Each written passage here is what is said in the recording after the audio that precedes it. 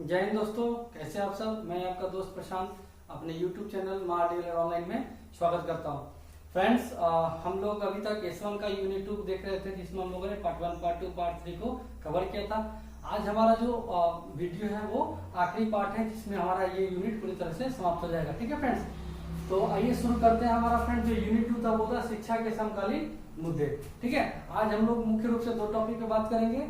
पहला हमारा है अभिवंचित वर्ग और दूसरा हमारा उपेक्षित वर्ग। ठीक है फ्रेंड्स, ये इस टॉपिक का, इस यूनिट का आखिरी दो टॉपिक है। इसी के साथ ये पूरी तरह से समाप्त हो जाएगा। चलिए बात करते हैं फ्रेंड्स। सबसे पहले बात कर लेते हैं अभिवंचित वर्ग।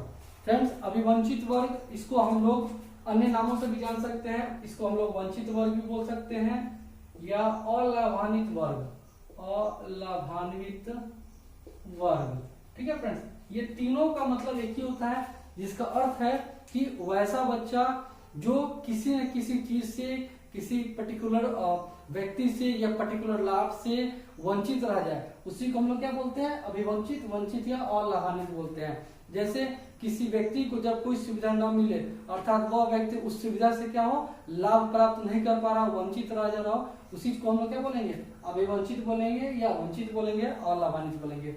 लेकिन फ्रेंड्स, चूंकि यहाँ पे हम बात करते हैं शिक्षा की, तो शिक्षा में अभिवंचित का क्या अर्थ है। सबसे पहले फ्रेंड्स समझ लेते हैं कि अभिवंचित वर्ग में कौन कौन से वर्ग आते हैं। तो इसमें आपका अनुसूचित जाति आ जाएगा, आपका अनुसूचित जनजाति आ जाएगा, पिछड़ा वर्ग आ जाएगा, घुमंतु वर्ग आ जाएगा। जो बहुत सारे लोग आप लोगों ने देखा होगा घूम के अपना जीवन यापन करते हैं, कभी यहाँ कभी वहाँ, जिसको हम लोग घुमंतु भोटिया के भी नाम से पढ़े हम लोगों ने। इसके अलावा जो भी आपका श्रमिक परिवार के बालक होते हैं वो भी हमारा किसमें आ जाएंगे, तो अभिवंचित वर्ग में आ जाएंगे। तो यहाँ पे जो शिक्षा की बात कर रहे हैं फ्रेंड्स, तो अभिवंचित वर्ग, वंचित वर्ग या अलाभान्वित बालक जो होते हैं, ये एक तरह से सामाजिक दृष्टि या आर्थिक दृष्टि से पिछड़े हुए बालक होते हैं, जो कि विद्यालय रूपी सुविधाओं से क्या होते हैं, वंचित होते हैं। ऐसे वर्ग को बोलते हैं हम लोग अभिवंचित वर्ग। ठीक है फ्रेंड्स, आगे बात कर लेते हैं।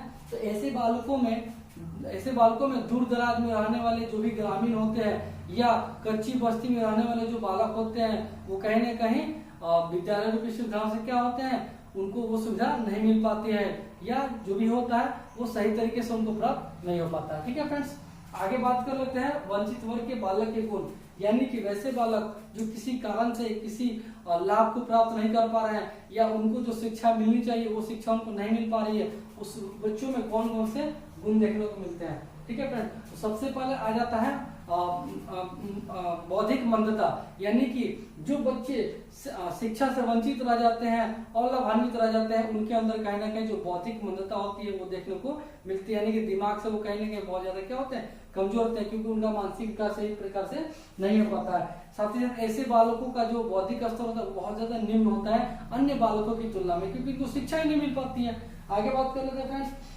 इनके अंदर भाषा विभिन्नता देखने को मिलती है, यानी कि भाषा का विकास सही प्रकार से नहीं हो पाता।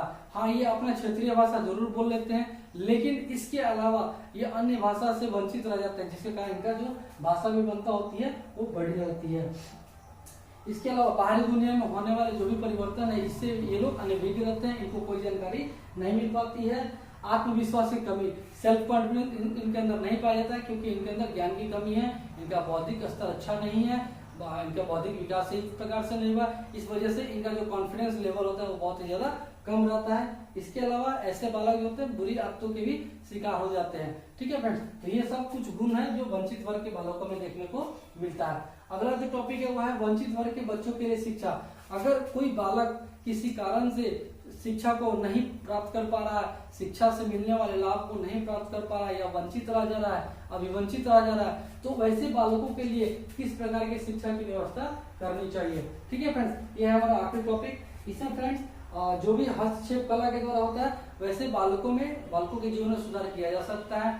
इसके अलावा जो शिक्षक है उनको बढ़ चढ़ के शिक्षण कला में आगे ऐसे बच्चों का सहायता करना चाहिए, इनको मोटिवेट करना चाहिए, इनको प्रेरित करना चाहिए और प्रयास करना चाहिए कि ये जो अभिवंचित बालक है, वंचित बालक है, इनको किसी प्रकार से विद्यालय से जोड़ा जाए और उनको शिक्षा दीक्षा इनकी की जाए, कराई जाए। ठीक है फ्रेंड्स, भाषा संवर्धन कार्यक्रमों पर जोर देना चाहिए, ताकि ऐसे वंचित बालकों का जो भाषा विकास हो वो सही प्रकार से हो सके। साथ ही साथ समावेशी शिक्षा की भी व्यवस्था की जा सकती है। समावेशी शिक्षा आप लोग फर्स्ट ईयर में फ्रेंड्स पढ़े होंगे। समावेशी शिक्षा वैसे शिक्षा को कहते हैं जिसमें हर वर्ग के बच्चे एक साथ बैठ के एक ही कक्षा में एक समान जब शिक्षा ग्रहण करते हैं, वैसी शिक्षा को हम लोग क्या बोलते हैं, समावेशी शिक्षा।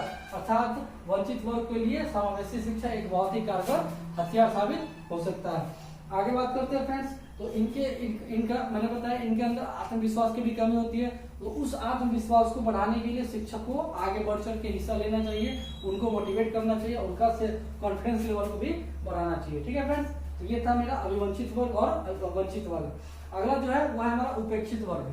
ठीक है फ्रेंड्स, ये दोनों देखा जाए तो एक ही कैटेगरी के हैं, बट थोड़ा सा डिफरेंस है इनके अंदर। फ्रेंड्स, वंचित वर्ग का मतलब कि उनको शिक्षा मिलनी चाहिए लेकिन मिल नहीं रही है।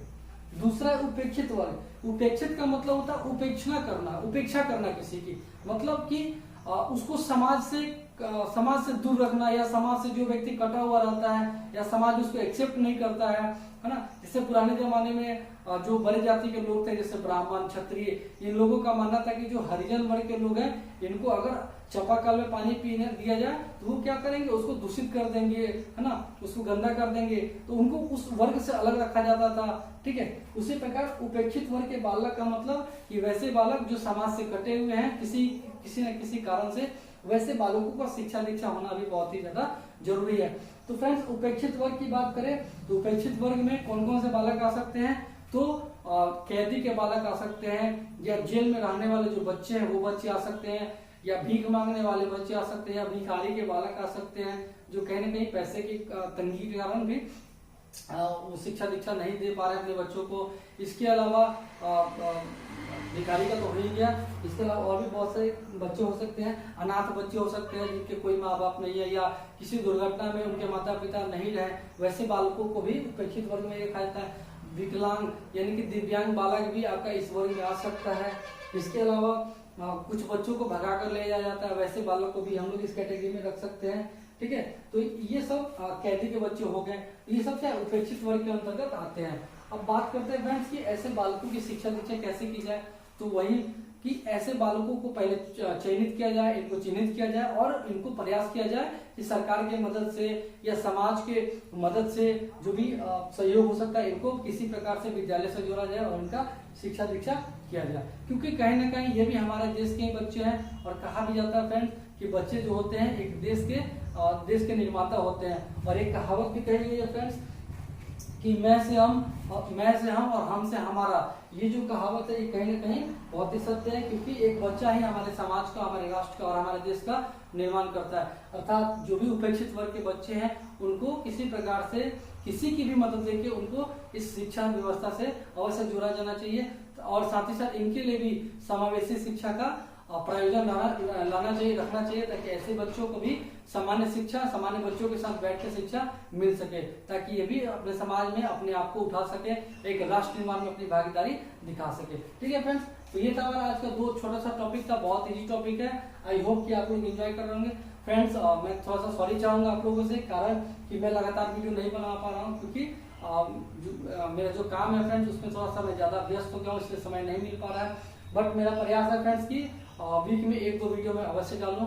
तो फ्रेंड्स, आप लोगों से एक लास्ट में रिक्वेस्ट है कि मेरे चैनल को ज्यादा से ज्यादा सब्सक्राइब करें, और जो भी वीडियोज है उसको बार बार रिपीट करके देखें, और प्रयास करें कि आप अपना नोट स्वयं बनाएं। मैं जो बता रहा हूँ आप उसको नोट डाउन बेशक कर सकते हैं, लेकिन आपको प्रयास करना है कि आप अपना नोट स्वयं बनाएं, क्योंकि एग्जाम के टाइम में आपका नोट्स ही आपका काम आएगा। ठीक है फ्रेंड्स, तो चलिए आज के लिए बस इतना ही, धन्यवाद।